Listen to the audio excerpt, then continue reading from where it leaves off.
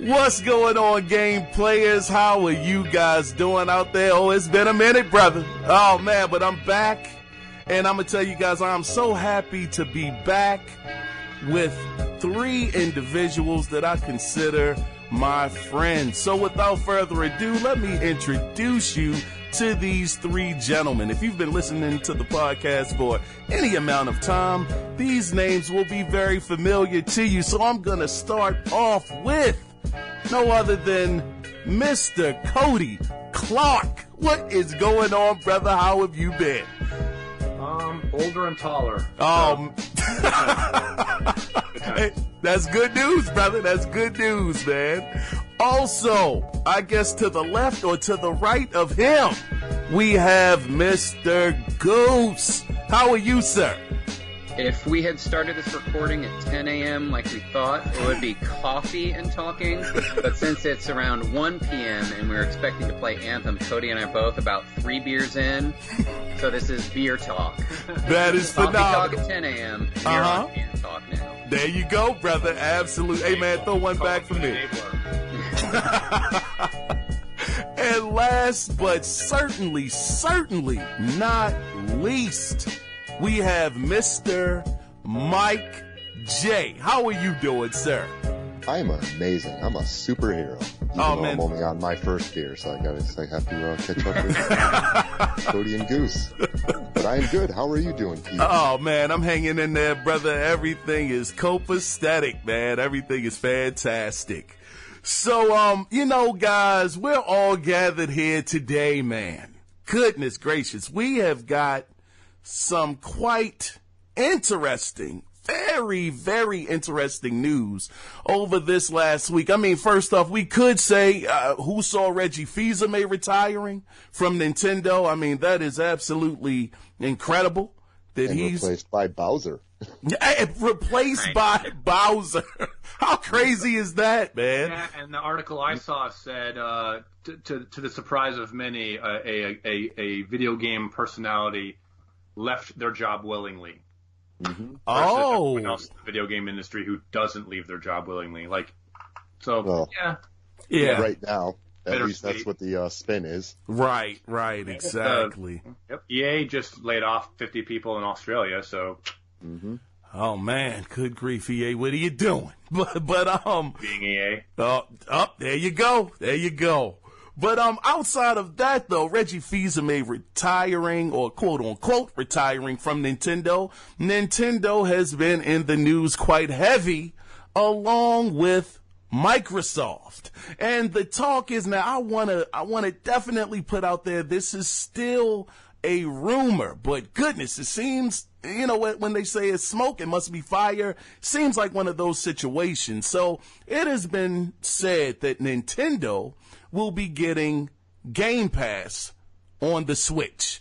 And I mean, the internet, I think it melted down, completely burned to the ground, because nobody could believe this, including myself. I was absolutely taken aback and couldn't believe that this could be a possible situation.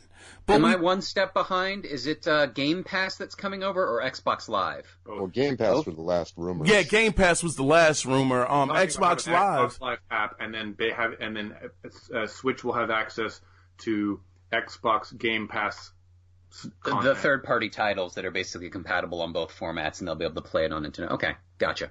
Now, see, this is the interesting thing, though, Goose. Everybody was saying, okay, it'll probably be third party. They were saying that two of the games that should be coming over from the service is Cuphead and Ori and the Blind Forest, which I can't even lie.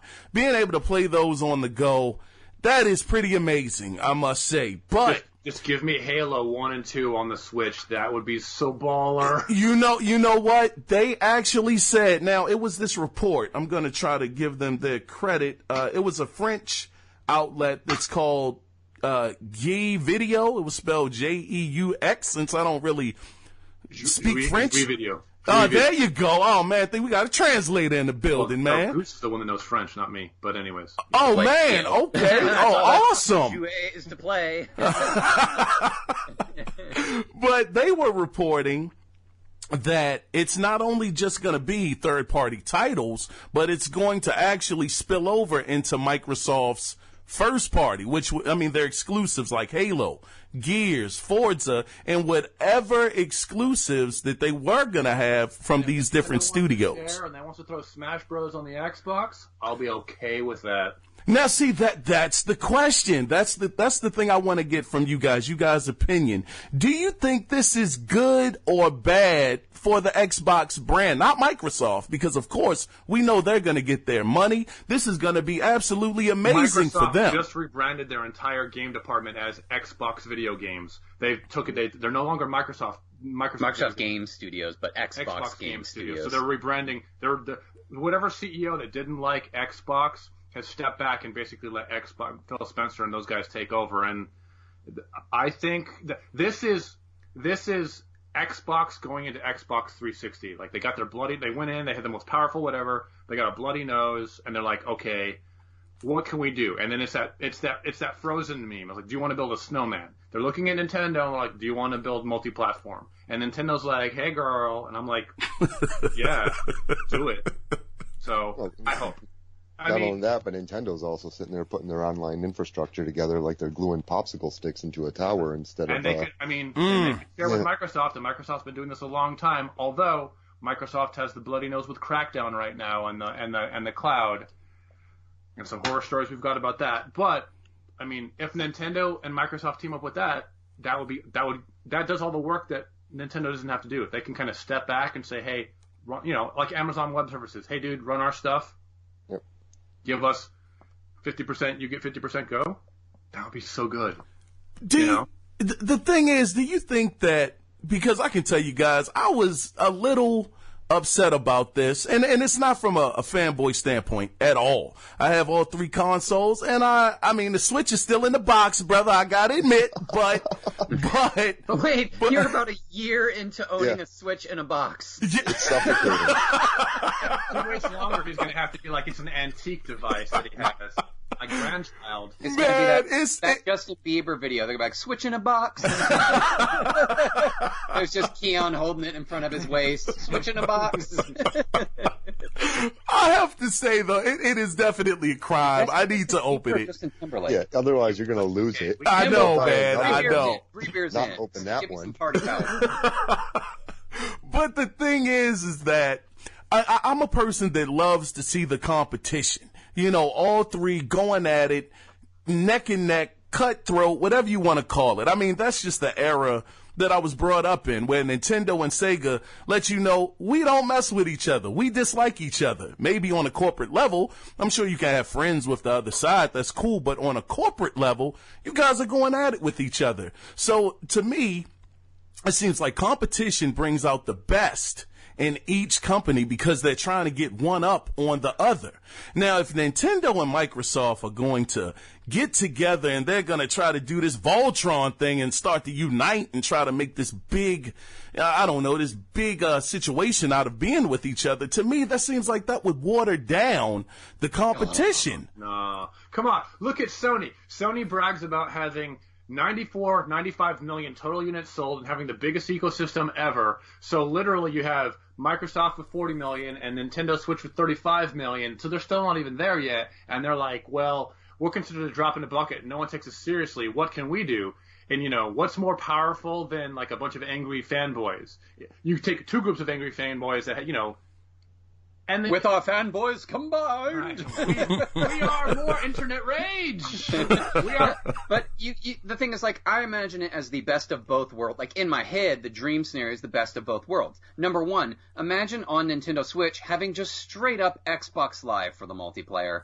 Imagine on every platform just having Xbox Live for it. It's the best online multiplayer for everything. Yep. And being able to have that friends list so that I can see who's on what. If I'm sitting there on my Switch playing a JRPG and Cody's like, yo, do you want to just switch over and start playing Anthem now? And I'm like, oh yeah, let me stream it over to my Switch. Yep. Number two, imagine if that, and I'm not getting a Switch until the point where there's a Switch XL, but in the best of both worlds, imagine in the future Microsoft announces that they're making a Nintendo Switch Elite Joy-Con where the Joy-Cons are actually fit in your hands like real controllers with real analog sticks, and the paddles underneath completely customizable, completely remappable in every imaginable capacity. So all of a sudden playing games is so comfortable and so good as having the Xbox One Elite wireless controller. And number 3, in my dream of dreams, Phil Spencer goes up to the E3 stage and says, hey, I really like backwards compatibility, and guess what? The Xbox One X will be backwards compatible with the Wii U, the Wii, and Nintendo GameCube. You can just plug in Smash Bros. Melee into an Xbox One X. It'll download the ROM from the internet,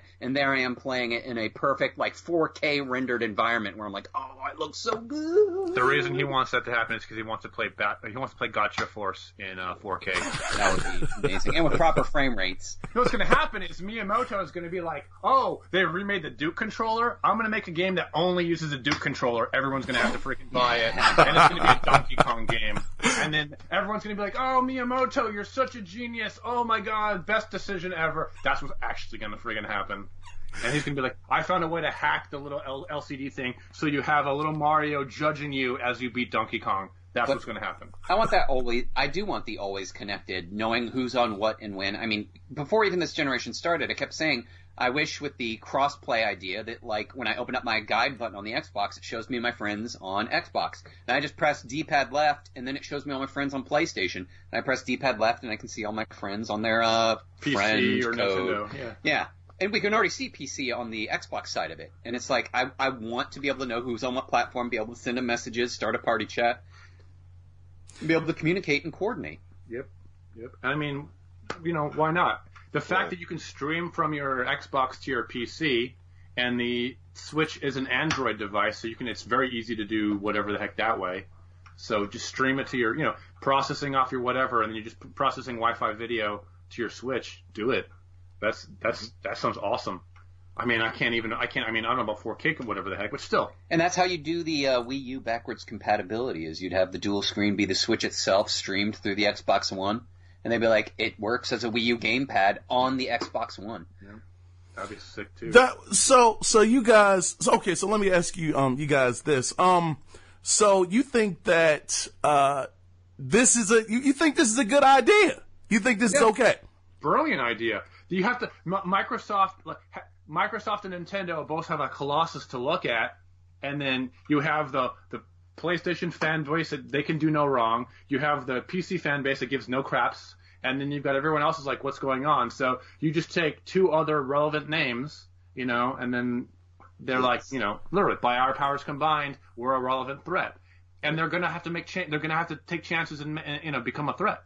And that's the weird thing, is that Nintendo named their online, I don't have it handy, but they named it really weird, where it's like, Nintendo presents Nintendo's Online, and it's like, why would you call it that on your own platform? And I'm like, it would make sense if that $20 a year subscription was on Xbox Live, and I could play my Nintendo ROMs and whatever other type of software through my Xbox for Nintendo. Yeah, I agree. Well, just like, because there's also rumors about Xbox Live coming to Android, iOS, stuff like that. Yeah. Apple is infamously famous for being super controlling, so I find it very... How are they going to get their cut if they're streaming Xbox? Literally, unless Xbox and Apple cut a deal and are like, parts of that framework are already there. Yeah, or whatever the heck's working, and they're just like, yeah, it's going to be fine. We get a cut of your whatever, and Microsoft is like, it's fine because you have 100 billion devices, so we're willing to cut you 30% of what the heck ever because our total splash page is going to be bigger with you there. So hey, awesome.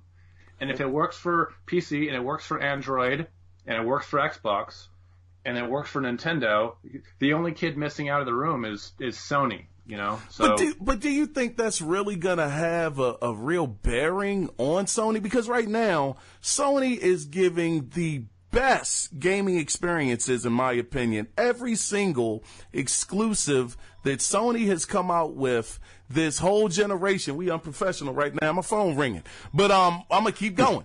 They have given some of the best experiences this generation where Microsoft has not even come close. I'm glad you revised that from all to some. I was about to be like, Knack, Killzone. What are you talking about? Well, yeah. I mean, That's true. No, the order. No, man, I gotta disagree. The order 1886 was absolutely great. Now, maybe it was because I got it for $10. Yeah, I was gonna say great at $20, not at $60. It was great, but for 60, maybe it would have been a different story. But and I tell you what, Crackdown, I was angry with. I got Game Pass for $2.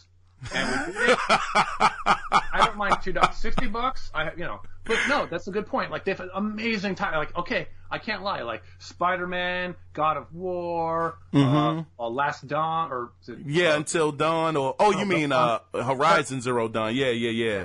I mean, some beautiful freaking stuff, but at what cost? Like, their as John's friend pointed out, the fan base, the player base on PlayStation 4, super mean, super aggressive, I'm like, the worst fan base you have to deal with on Xbox is when you play Fortnite and you're dealing with Fortnite players. And they run up to you. Young, like we're talking like the 7-year-olds who get mad that you don't join their voice chat and they build a box around you. Yeah, or they start standing and saying, medium please, trade please.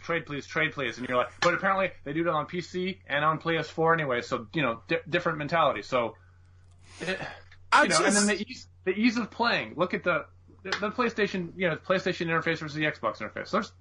Everyone has their strengths. Right. Absolutely. Whatever. Okay, let's look at attach rate. 94 million PlayStation 4s, 10 million copies of Spider-Man sold, which is a lot. It is a lot. Yeah, definitely. That's just under 10% attach rate. For you figure that would be like half with Spider-Man. Yeah, that was the weird thing in the holiday season. I predicted the Spider-Man bundle would just own the entire holiday season, and the vanilla Switch by itself kicked the crap out of the Spider-Man bundle. And I was like, how did that even happen? That doesn't make any sense in my mind. I'm like, Spider-Man is so universal worldwide that I thought it would beat a Switch by itself. And it was like, no, Nintendo just shocked us all. Yeah. So, great games are great. Right. Yeah, and that's my thing. Great games, because to me it seems like, and this is my opinion, I think you guys might be on the opposite side, and that's great because it's great for debate. But to me, Microsoft, once they said that their games were available on the PC and the Xbox One, what do they call it? Crossplay, I believe, something like that. To me, that seemed like that actually took, and I'm only going on the competition side, diminish the value of the Xbox brand. Why would that diminish the value? That means I can literally log on. That means I can, if I want to play Crackdown, if Crackdown is whatever the heck, and I don't, if I'm away from home, if I'm visiting my mom in New Mexico and I've only got my laptop with me, and Goose is like, yo, dude, I want to do this thing on Legendary, what the heck ever. And I'm like, I got my thing, let me go ahead and download, and I can just play it from here because I don't have my Xbox handy, because I ain't going to drag my Xbox out to the middle of nowhere. That thing's heavy. Yeah. It is heavy. It is heavy. I agree. But it's... Oh, go ahead. I didn't mean to cut you off. Go ahead. It's like, why would I care? I mean, I can play to Epic's critic. Epic did their account link. Your Epic account on PlayStation, on Nintendo Switch, on Xbox, on PC, all the exact same. You can switch freely between any of them. Your stuff's all the same. So they've proven it's not freaking hard to do, and it only adds value. The only difference is your mobile, because they have to downgrade stuff for the mobile. But for your whatever the heck, I can play Fortnite on my PC in my room, or I can go sit outside and I can hit up my buddy, and I can hit up my other buddy, and I hit up a Goose and be like, yo, let's go run around and be idiots for a hot second. Let's hear what Mike has to say. Yeah, Mike, I'm sorry, man. Go ahead, man. Good grief. It's all good. I'm enjoying the conversation here. I know, we were totally dominating over here. I was like, wait a minute. Yeah. Go ahead, Mike. Let's hear Mike. What do you got to think about it? So, just in terms of the cross-buy initiative, I think it's great. If nothing else, it's more exposure. Like Cody and Goose were just saying that, it's nice having that option that, hey, if I'm not near my console, I can go ahead and play it from my PC, from my laptop, what have you, and just being able to open that up more. That's great. Another end is a buddy of mine. Release numbers of people that have done that, just so we could see what those numbers comparatively do. What if those numbers comparatively make equivalent to PlayStation numbers, but they just won't put those numbers out? No way, Cody. No way, bro. You think so? Well, think about it. You're not going to lose anyone buying these games because they did that, right? Everyone who was going to buy that game for the Xbox, for the console itself, is still going to buy it. But now you have people like a friend of mine who doesn't own consoles. He does mostly just PC gaming, not from a master race PC player perspective, but just that's his thing, and he's been doing it forever. Yeah. But, like, he went through and, he picked up Forza on his PC because, like, well, I could play it, let me check it out. And he liked it. Like, that's, or getting that's Game another Pass sale on your PC. Exactly, but that's a sale that they wouldn't have gotten before. So if nothing else, that's extra stuff. If you want a dedicated console, there's still that market for that right now, and people are aware of it. They can buy it. But if they don't, I mean, some of these games, yes, they are available on PC. One little note about Game Pass on PC. I went to check it out on the Microsoft Store, and it shows you the whole Game Pass library. Yep. And when you look down Game Pass on PC, it's XXXXXXXXX, Forza Horizon 4, XXXXXXX, I think one of the Halos, XXX. But it does work. Like, only 1/10 of the actual library is downloadable and playable on Game Pass on PC. All the Microsoft titles. Yes, it's dithered out and marked as X on it, so you can't actually download it on PC. It's kind of weird. It's like an extra bonus, but if you were just on PC, I wouldn't imagine subscribing to Game Pass because the selection is maybe like 25 games out of the 200 instead of, even half of that. So there's so much of it that's 360 anyways. Is that because the roots are there? I was going to ask, is that because it's still in beta form or early access, or is that just what you get right now, Goose? It's just because none of the other companies besides Microsoft have converted stuff for PC. Okay. Well, some of them. If it were on Game Pass, so anything from what I've seen, technically anything that would have been a Play Anywhere title, and if it's on Game Pass, will show up on your PC. Well, consider the scenario. My little brother, he plays only PC games and PS4. When he comes up to visit me later this year so we can just drink beers and what the heck ever, I'm going to sit him in front of my Xbox and be like, here's my Xbox. We're going to play what the heck ever game that I can also play on PC, like Halo or something. Or like, we're just going to mess around and invite you, like Rainbow, whatever the heck. And I'm like, I can play on my Fortnite. It's one of those things. I can play it. I can just go into my room, pull out my notebook. I can play it on my laptop. He can play whatever. And I can invite friends over and then we can do more. Mm-hmm. So. See, what I'm waiting for though is for it to go the other way. Because there's still some games Microsoft's put out on PC that I'm so glad you mentioned that, Mike. Going into the console. Exactly. Well, stuff like that. But I mean, they did the Age of Empires Definitive Edition.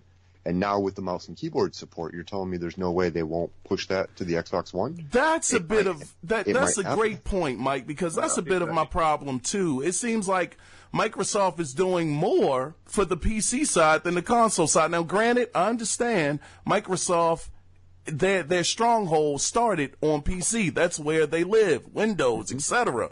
But to me, when you're actually saying, if you're saying, Phil Spencer, if you are saying and have me to believe that Xbox is PC and PC is Xbox, then why aren't those same PC games coming over to the Xbox, whereas the Xbox games, you're just throwing them over on the PC side? And like Mike said, they can no longer use the mouse and keyboard as an excuse because now it is compatible. So where is Gears Tactics and Age of Empires? So, gentlemen, I just went to the Xbox Game Store to actually count.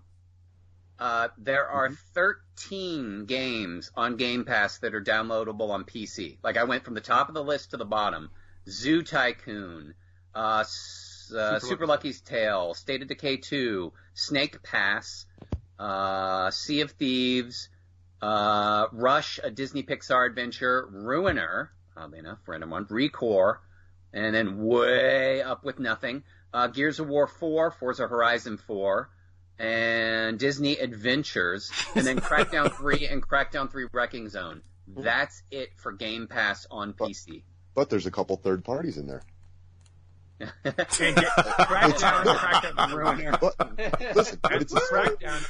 technically one game and divided into two things. But I'm saying, listen, there's a couple third parties in there, and this isn't a service that they've actually rolled out for PC. This is just leftover of what's tied to your Microsoft account. Yep. Because in their system it's showing you have the right to play this. You have the license to play this. It is available for PC, and it works. So if they can build on this, then it'll be awesome. I figure like Cody said, paying $2 for Game Pass, if you're on PC right now and you want to see Crackdown, You can just pay that $2. Yep. See Crackdown, well worth it as the one and only thing for $2, and then move on. Yep. A couple extra bonuses. And so I think being able to do that and integrate in some Nintendo's, just as long as Nintendo, if Microsoft reaches out and Microsoft is doing this thing and Nintendo just gets Microsoft, that's very half-handed and sort of whatever. Right. Both ways, that would be amazing. Now, see, that's. Go ahead. Even if just Nintendo gets Microsoft stuff, that would still be nice. It wouldn't be the perfect ecosystem. Right. At this point, that would give me a reason to take the Nintendo Switch because I could play a couple of Nintendo games I want, and then I could just do I wouldn't really care about what the heck ever. And having the internal solid state on the Nintendo means I'm going to have really fast load times. So. Well, that's the tiny thing. games. You can download the game, and you're not forced to stream it like you were with Assassin's Creed and Resident Evil on the Switch. That's an interesting point, Mike, because I was going to ask you guys, do you think that because we know it's no way the Switch is powerful enough to run the next Gears or the next Halo or whatever the heck the studios have in the works right now. And we do know that over in Japan, at least, they were running, I believe, and correct me if I'm wrong about this, but I believe it was a Resident Evil 7, I believe, was running on the Switch. And so the streaming is being worked out, at least overseas at the moment. My thing is, do you think that it'll get to the point where these games, since Microsoft is going streaming, or they're going to talk about it, I guess, quote unquote, later this year, but do you think that these games that'll be coming up will have the same quality on the Switch? They'll be playable. They'll be playable. Like visually, right? Maybe it won't be the same quality. It might take a bit of a hit. Mm-hmm. I mean, that all depends on your connection to it. I'm sure that with their Project xCloud initiative, that they're focusing first and foremost on gameplay and visuals after that, because you don't want lag. I'd rather take, slight hit to visuals, but still have it, reaction time be good. Yeah, definitely. Than having it look great and running at a good frame rate, but, being 5 seconds behind. Yeah, that's not going to work, baby. That's not going to work, man. But because my other question to you guys is, so you don't think that with these first party titles, these exclusives that were on the Microsoft brand, and once again, people listening out there, still just a rumor. We don't know if this is 100% concrete yet. But do you think that if this situation does come out and all of their exclusives are on the Switch and on all of these other devices, let me kind of rephrase the question. Do you think that it's even a need for the Xbox brand at that point? Because if I can get it on another platform and I can still play those same games on that platform that are exclusive to that platform and have Microsoft exclusives, why get an Xbox? Because that they will still push it and market it as the place where it plays best, looks best. Yep. Like I said, there may be a visual hit in quality depending on what the hardware is capable of. And with the future technology, it'll just be the mentality, look, you buy it for one, you buy it for all. So they score it as a hit anyways, and they look at game sales, not whatever. Yeah. It's that whole, what Sony did when they had their cross-play thing, where it was a Vita title and a PS3 title and a PS4 title. That's a good point.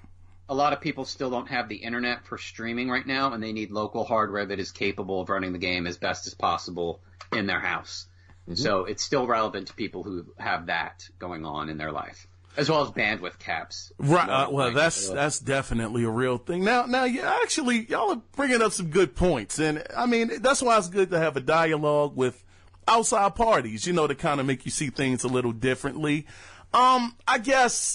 I mean, for me, because my whole beef was with Microsoft and the Xbox brand, and hearing this news was, one, is Microsoft getting out of the console business? Because I don't want it to just be a Nintendo and Sony race. I think the gaming industry needs Microsoft. They've been very innovative over the years. They might not get the credit that they deserve at times, but they have been amazing with innovating, and the Xbox Live and etc. Other things that they've done as well.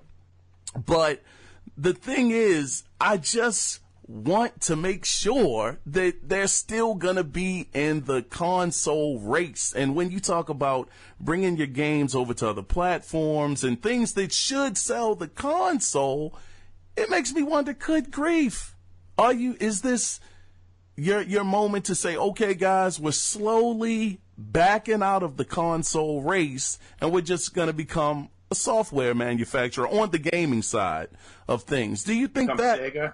Yeah. Exactly. I don't think, considering they're talking about having a streaming-only device and then having a device that has all the hardware on, so you can basically choose depending upon your life situation for that for the next Xbox. Considering they renamed their studios to Xbox Gaming Studios, I don't see that as a problem. And all the money they make from other stuff that they can kind of run in, unlike Sony, they're not just music, movies, and video games. They're hardware. They have a much bigger. And also, when you bring up Sega and the Dreamcast as a note about what's going on with who would leave the market, it's like gaming as a community. It's like our secret shame to just admit that the Dreamcast was straight up 100% actually killed by piracy. Because a lot of people want to say that piracy isn't a problem and whatever type of BS behind it. And it's like the Dreamcast had the performance, the Dreamcast had the online, the Dreamcast had the exclusives and the library, and it got killed out. And everyone's like, oh, the PS2 killed it. And it's like, no, Fantavision didn't kill the Dreamcast. The Club didn't kill the Dreamcast. Piracy killed it. It was people discovering that you could get the codec to burn the discs and just make any copy of anything you wanted of any Dreamcast game, and everybody stopped buying software that same effing week. It took 1 week from when it leaked online that you could pirate Dreamcast games before Sega said, we're done with hardware. And it was piracy. It was absolutely piracy that killed the Dreamcast. It wasn't any other external factors. It wasn't a combination of factors. And I remember this explicitly because the week that I decided I was going to buy the Dreamcast was the week that it died. I walked into my narrative cinema class in college. I announced it to the class. I was like, after we get out of class today, I'm going to go buy a Dreamcast. Does anybody have suggestions for games I should get other than Soul Calibur? And everyone in the room lit up with all these, oh, you got to get Power Stone. Oh, you got to get this. Oh, my God. Did anyone say Soul Calibur? I'm like, I started with Soul Calibur. So yeah. So, like, everyone was saying that. And then one of my buddies just turned slowly around and was like, dude, don't get a Dreamcast. And everyone in the room was like, oh, you're an idiot. Oh, you're a fanboy. You don't know. And he was like, hold on. And he's like, the Dreamcast, he's like, if you look online right now, everybody's pirating all the games. He's like, I guarantee you by the end, and he even called it to me. He said, I guarantee you by the end of the week, that system is dead. And I was like, what? I was like, it looks better. It was the first time in life where any video game looked better than the coin-op arcade. Yes, sir. There was never in the history of time did anything look better. We all went to the arcades to see the best version of everything because 1080p made you a better gamer. So the better version of everything was in the arcade, and it was like the Dreamcast was the first time anything looked better at home than it did at the arcade. And I was like, you got to be kidding me. And he told me, he's like, go look online and look up Dreamcast, quote, backup, and tell me what you see, and then make the decision to buy a Dreamcast. And I was like, okay. So I went home onto a little-known website called eBay and looked up Dreamcast backup, and everybody had every single Dreamcast game for $1. Oof. And there was one vendor on eBay who had every Dreamcast game ever made, quote, backup, $100. For the whole catalog. Gigantic spindles of every single Japanese release and one gigantic spindle of every single U.S. release on the Dreamcast. $100. And in his description, he said, it's up to you. You need to be legal with this, so you destroy all the discs of games you don't own. I'm just doing the service of, quote, backing up your collection for $100. I wish I'd cut that dude that check for $100 that day and got every single game and then just legitimately collected the ones that I liked and been like, this is a demo of every single Dreamcast game that exists. But by the end of that week, the Dreamcast was in the bargain bins for like $50. It was gone. it was piracy. And I went back in that class and I was like, holy crap. I thanked my buddy. I was like, thank you for telling me about the security leak and all the BS with being able to copy Dreamcast games, because I would have been $250 some down plus all the games. I would have spent about $400 with what would have been about $70 to get after the fact. But that's the secret shame of gaming, is when like we as gamers say, oh, piracy is nothing, piracy doesn't matter. And it's like, dude, piracy 100% killed the Dreamcast in 1 week. And I believe, if I remember, I think it was Modern Vintage Gamer explained how that happened. It was literally one of the dev units got out in the wild, and a hacker group got a hold of it. The security codec and got the leaked on the security internet. was there, and then they found it, and they're like, oh, here's how, and they were able to brute force it in, and once they figured out how easy it was, they're like, and we're done. And it was literally because one of the developers basically just let someone have access to their system. It's not like they had bad security codes. It's just an internal leak of the security codec. Yep. So and it could have been corporate sabotage. It could have been anyone who just randomly leaked that crap on favor of whatever other thing they had. It could have just been stupid bad luck, or it could, and then that shows the hacker and homebrew community. Those people are geniuses. They are monsters, but they are genius monsters. Yeah, that's why in Japan with like that whole horrible thing with the Switch where you could plug in whatever weirdo device into the right Joy-Con and just access the BIOS directly. I was like, holy crap, dude, we might be facing a Dreamcast thing here with the Switch. And then in Japan, they straight up passed legislation. It is illegal. You will go to prison if you mod anything. Like, that was Nintendo going to them saying, we're going to go out of business if it is possible to just straight up hack our crap this way, and they declared it 100% a crime to mod anything, whether you're modding it, just to, like, full disclosure, I have hacked OG Xboxes. I have 2 of them. One's a Japanese one that's hacked, one's a US one that's hacked. Jail! I know.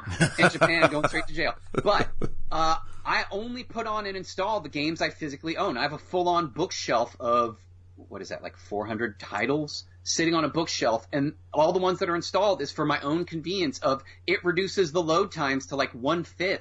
Like when you boot up Halo 1 on a hacked Xbox, when the Gigoric chant comes in with the iconic like, that becomes a yawn. It just goes like, and it's done. It loads the level in the blink of an eye. You see that beam of light cross from left to right.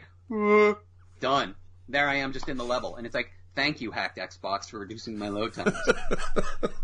Well, now that we have backward compatibility and SSD, it's the same thing, obviously. Oh my god. I sat down and played, I just recently played I showed Cody this morning, I was playing Lost Planet 2 through backwards compatibility. The load times in that game have been reduced to like a full level takes less than 2 seconds to load.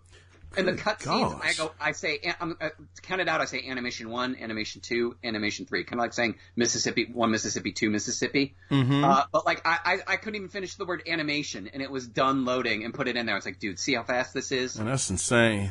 So when you say, does someone want really quick, Anaconda when it comes out, and the Anaconda obliterates load times, like, I want an Anaconda. So, go ahead, Mike. I heard you talking, man. Go ahead, man. I was just wondering, in Lost Planet 2, did it also speed up the stupid AI and they wouldn't do the objective? They were actually pretty competent. The one thing that made me go, oh god, you gotta be effing kidding me, was I showed Cody and I said, like, back in the day, people kind of misunderstood Lost Planet 2, because it was a third-person shooter that kind of worked a little bit like Monster Hunter.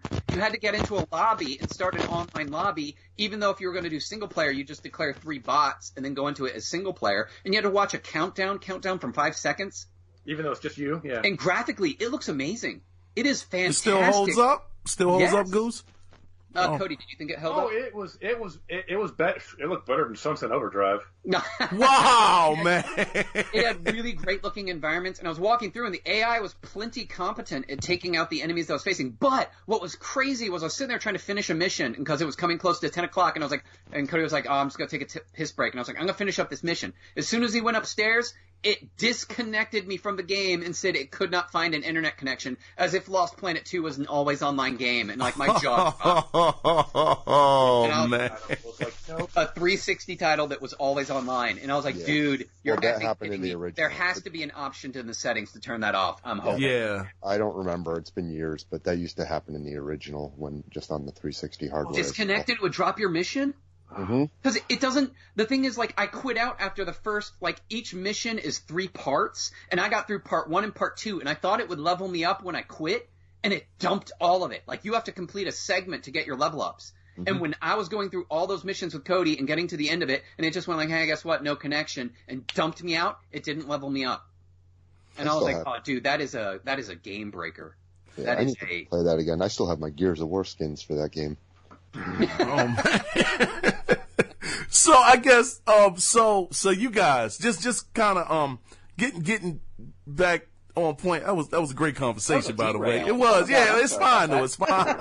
Just really quick before we do get back on point. Sure. To talk about the Dreamcast. Am I the only one who wants to see Choo Choo Rocket re-released for modern consoles? People love Choo Choo Rocket, man. I never played it. I never played Choo Choo Rocket. I would love to make a proper Power Stone. I would love that. I would absolutely love that to happen. Take on freaking Smash Bros. Yes. Oh, man. I'd play Power Stone over Smash Brothers any day. That'd be amazing. But I guess getting back on trying to put the train back on the rails again. I guess so. You guys don't think that this is going to have any effect on the Xbox brand if this is true? You guys think that the Xbox brand will be fine? You don't think anybody will really leave the Xbox side to say, hey, you know what? If I can get these same experiences on these other devices and I don't need an Xbox, why get an Xbox? But they're still paying Microsoft for those experiences. Microsoft knows they're still going to get their money and they're still going to make their profit on it. And as a go ahead, publisher, Mike. But check it out, as a publisher, now you may only have to develop the game for the one platform, knowing it would be available for both Xbox and Switch. Yep. If that were the case, even if it were streaming only, so you're going to get the larger user base, the money, we'll say, from that end. Yeah, because we know that Microsoft they are bent on reaching 2 billion gamers is their number that they're trying to reach. And so China, they're trying to get China. Basically, exactly. I don't. China, India, the BRIC countries, Brazil, Russia, India, and China. We've got Brazil. Yeah. Well, they're in turmoil with all sorts of crazy stuff right now, so unfortunately, they're in a very bad way. But Brazil and Mexico both have huge Xbox fandoms right now. Yep. So somebody's mic is hissing. I don't know whose it is. It's like going. Let me mute for a second, see if it's us. Oh, it's fine. It's fine. Oh, it might have been. I don't know. Now I unmuted. Is that unhissing or back to hissing? Yeah, no, it's not hissing anymore. No, it's good, man. It's good. Huh. I don't know. That was strange, but it's all good though. But I guess man, oh man. Well, you know what? I guess before we wrap it up. One last. That 1 hour thing, huh? Let it go. Game Enthuse style. Do 3 hours. Hey man, shout out to Aaron, man. That brother can keep a show going, man. He's like running a podcast marathon over there, man. It's absolutely amazing how he can. Sometimes they do the comic thews and the movie thews. It ends up being thews. Right, that's right. That is true. But I guess in closing, so we know that we hear a hiss like somebody's cooking bacon. Yeah, I can hear it now. Yeah, well, it's gone now. I'm not sure. It's gone. It just left. But you guys, so we know that, just to change gears just a slight bit, we know that E3 is coming up this year. Sony isn't going to be there. Nintendo is probably going to have a direct. Microsoft is going to be there. And basically, I think all of the spotlights are going to be on Microsoft. We know that the Anaconda is one thing, and they have another console that's supposed to be of lesser specs that's going to be there as well. At least this is the rumor. Do you think that when E3 comes up, what do you think? And this is so early. I mean, we're like 3 months, well, almost 4 months out from E3. But just to add to this conversation with Nintendo and Microsoft, do you think that they will, if they don't, I guess, approach the situation over the next couple of weeks, do you think that Microsoft and Nintendo could possibly share the E3 stage this year on the Microsoft's stage? I wouldn't be surprised to see someone from Nintendo come out on there. And what do you think they may announce, Goose? I mean, not Goose, sorry, Mike. What do you think they would announce, man? Well, hopefully with all the stuff talking and because of the fact that most of this was supposed to happen during GDC, that, I mean, everything will be known, we'll say, by that point. So hopefully it's just future projects, maybe working together. Who knows? I mean, it's not the first time that both companies have worked together. Microsoft has published games on Nintendo platforms. Yeah, that's true. Not even counting Minecraft, which, they took over and decided to keep it as a legacy product.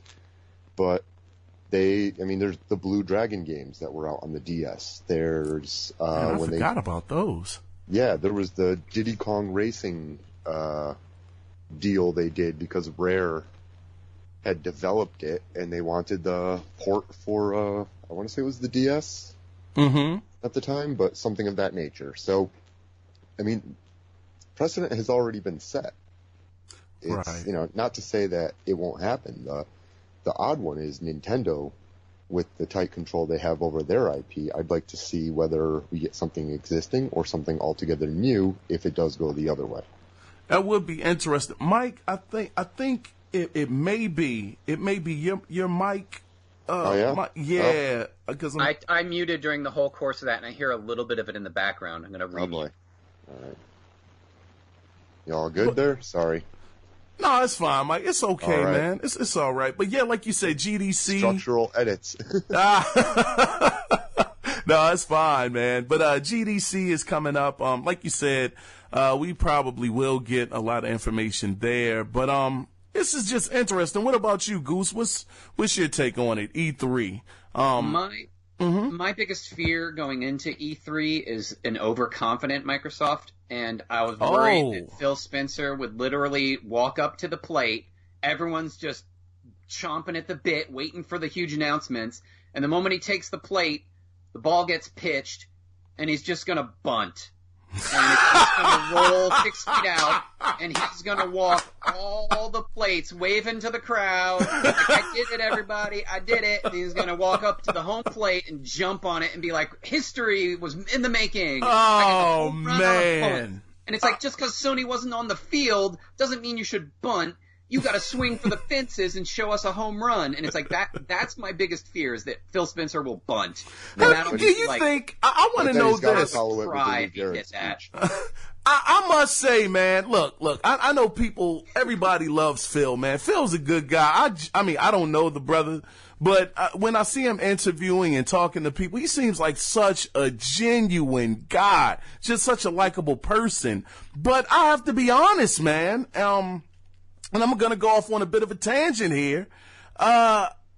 And I understand Phil he's made amazing strides with the Xbox brand. 7 new studios over this past year, and possibly getting more this year, which is an amazing feat. But I have not really been that impressed with Phil's leadership over the Xbox brand. We have to remember, though, we're only at the 5-year point. Like, the Xbox 360 was a decade. Like, I look over at my wall, and there are 3 bookcases filled with the generation. Like, just filled to the brim with Xbox 360 games. And then I look over, and there's 1 shelf with the Xbox One generation. 1 shelf. And mind you, the OG Xbox also has 1 shelf. That's true. That's a fair and point. It's like, you're right. It feels like way less game, but technically it's only been half the amount of time. If you double the amount of time, technically we're looking at 2 shelves when the Xbox 360 has 3. So we're looking at 66% of the games. But the thing is, we've almost all moved on to digital. As much as anyone listening wants to be like, yeah, that effing Xbox hashtag no games. And it's like, dude, I'm digital. I've been buying digital. I learned from my friends the mistake of, like, going to a store for a midnight opening is idiotic. You just preload the game through the pre-order, and at the stroke of midnight, I'm playing Anthem. I got you, man. Yeah, I mean, Phil, like I said, but you got to think about it too, Goose. We're almost the next generation. 2020, I mean, if it's to be believed, nothing is in stone yet, but bare minimum is the end of 2020. Like, I don't believe any of the BS from clickbait garbage on ad-driven media where they're like, 2019. No, I don't see that. We're probably going to get the PS5 with Death Stranding in 2019. And it's like, liars. Yeah. Absolute clickbait liars. Absolutely. And then they're like, oh, it'll definitely be in 2020. And it's like, one system might release for the Christmas season of 2020. And that'll be like 5 or 6 games. And I absolutely believe 2021 will be the actual full swing of any of the new systems coming out. Will be 2021. I'm sorry. And do you believe? Well, before I get into my next question, because man, this is starting to run over. We about to start a whole another situation. But you're gonna edit out a little bit of the bacon sizzle earlier. We'll fit back into the hour. Man, I might just leave it in there, brother, for authenticity. I don't even know. Kiaun brings the sizzle. But Cody, what's your take, man? GDC, E3. How do you feel about Microsoft moving forward? From this point. If they hold their guns and they do the Game Pass and the Xbox Live and PC and stuff like that, they can bring out their consoles at their leisure, and then they'll have the Xbox, the Scorpio to support. They'll have PC and Switch to support. They're not going to have to rush out. They're not going to have to be Sony and be like whatever. They'll have a perfectly viable PC. People are always upgrading their systems, so I'm not worried about that. I just want to see good games come out. I don't really care. I don't care if the PlayStation 5 ends up being the most awesome, amazing, best thing with the best games. Hooray! And they're a little bit more transparent with their mentality. Cool. Then maybe I'll pick one up. I didn't like how they talked. I didn't like how they positioned and stanced themselves for this generation. Yeah, I missed out on a couple of really good games. I have YouTube so I can watch them. I don't care. I'll find games I want to play. Goose and I have played a crap ton of Fortnite, Sword Art Online, just other backwards compatible games. Like my gamer score went from 7,000 to 12,000 in 6 months. Good gosh, you've been in those trenches, man. You've been in the gaming trenches, brother. Yeah. So I don't care. As long as the company can convince me that they've got gamers' best interest at heart and they're not going to put loot boxes and everything, and the game's fun, I don't care. Okay. I don't care. I have to do like 3 friggin' loading screens for Anthem. But when I get in that game and I'm floating around in my flying robot Iron Man suit and I feel like a badass, that's all I'm looking for. So I don't care. Whatever system gives me that's fine. I don't need hollow promises. I just show me the good stuff. Mike J, are you playing Anthem? I haven't played the full retail game yet. I had some really bad luck during the demos and it's okay. trials. The day one patch fixes all that. I was gonna say if you were like, you're on the X, I was like, dude, we need to squad up. We need a 4. Yeah. No, I have. We got 3 EA players access. and we rock. I have EA access, so I still got my 10 hours I need to burn up. Yeah, the patches really fix a lot of the issues with it on Very Xbox. good. So it runs and the game. What stands is the gameplay, and it's like there are some load screens in there, but they're not so bad on the X. And what's weird is if you're playing on an S or a FAT, loading 1K textures is super fast. But if you're on the X loading the 4K textures, it actually takes a longer amount of time by about like 5 to 10 seconds. Like Assassin's Creed Odyssey. 4K has a price, man. Yep. It's got a price. Oh, man. Well, hey, guys, man, I guess with that being said, I guess we can get ready to wrap it up, I guess. Hey, I guess we'll do some outros, man. Does that sound all right? Yeah. All right. Well, before we do the outros, let's go with you, Mike J. Did you have any last words you would like to say to the listeners? Yeah, just in regards to the whole thing. If you can bring gaming to more people, and I don't see any reason for anyone to be upset with that. So I think having games and services available in more places is a plus for the gamers, for the companies themselves. They're getting exposure to more people and potentially more income, which means that they have more of a reason to stay in and keep producing games and these services that we enjoy. So let's hope for the best. Hope nothing gets messed up too badly. The framework is already there. These things have been happening. They're just really expanding on it. So what's the worst that can happen? I say that. They name the next Xbox the Dreamcast 2. That's the worst that could happen. The Dreambox. But yeah, seriously. Hopefully, I mean, we get something good out of this. As long as we get something out of this, I would assume that's going to be good, right? That's a good point, Mike. Say it again, Goose. Well, shoot, this should be a really good E3. Finally hearing what's going to happen between Xbox and Nintendo. I'm super interested in hearing what happens. Absolutely, man. Well, since we're and thank you for that, Mike. But since we're talking to you, Goose, why don't you go next, man? Any last words you want to say? Yeah, before we wrap up? With this E3 coming up, I do think it's a shame that Sony isn't there. E3, even though I don't own a PS4, but hearing everything and having everyone as gamers unite under one tent, under one flag, and be excited about E3, we should all be together regardless of what system we own at E3. Definitely. And Sony bowing out of it is a shame. It is. That should never happen. Everyone should be there. It shouldn't be I'm too big for this crap, I'm bigger than this. We should always have an event every year where all gamers unite under one flag, and it's fine to be excited about gaming.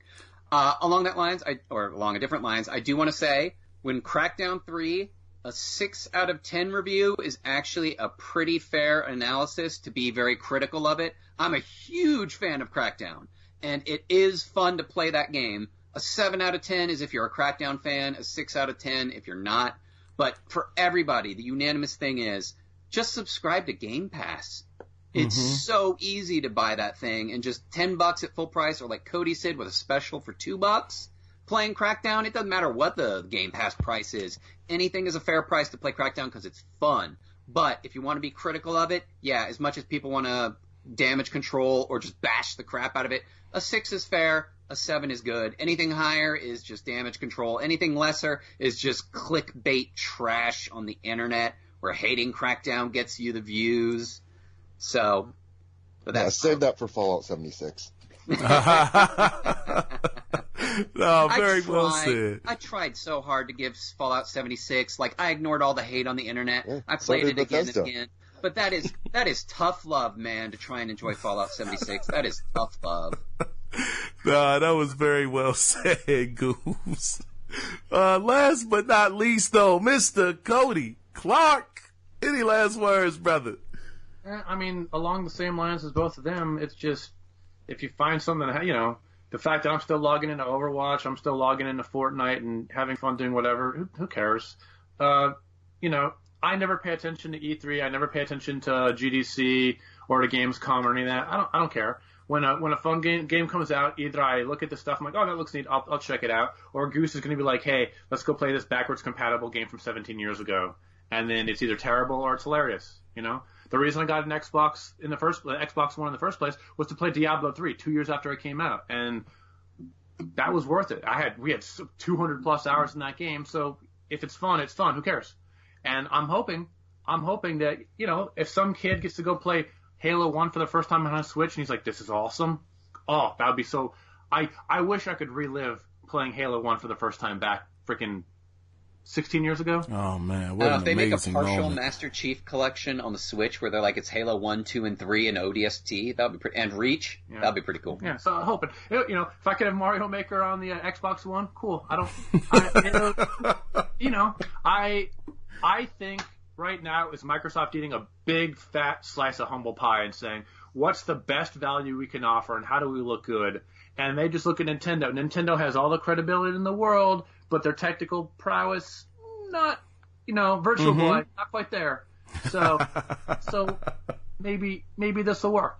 Maybe it's a match made in heaven. Maybe it's going to be a bumpy relationship, and maybe something better. Maybe Google's going to show up and just eat all of their lunches. I don't know. We'll have to wait and see. But yeah, I don't want to. We don't need to be angry and whatever. Am I bitter? I missed out on Spider-Man and God of War. Definitely Spider-Man, not so much God of War. But let's just wait and see. I'm not gonna hold my breath. Stuff's either gonna be fun and I'm like it, or I'm gonna go back to play something. I'll go back to Overwatch. I'll be fine. Sounds good to me, Cody. Man, I definitely want to thank all three of you brothers for being here. It has been a wonderful conversation, and glad you're back, man. Oh, thank you so much for that. But with that being said, guys, we're going to wrap it up. And I was your host, Kiaun Mitchell, joined by, once again, Mr. Mike J. Yes. Goodbye, everybody. Kiaun, thank you for having us on. No problem, brother. Mr. Cody Clark. Woo! And last but not least, the Goose. Keep on gaming, Kiaun. Thank you so much. So with that, we are out of here, guys, and you take care and be safe out there. Bye-bye.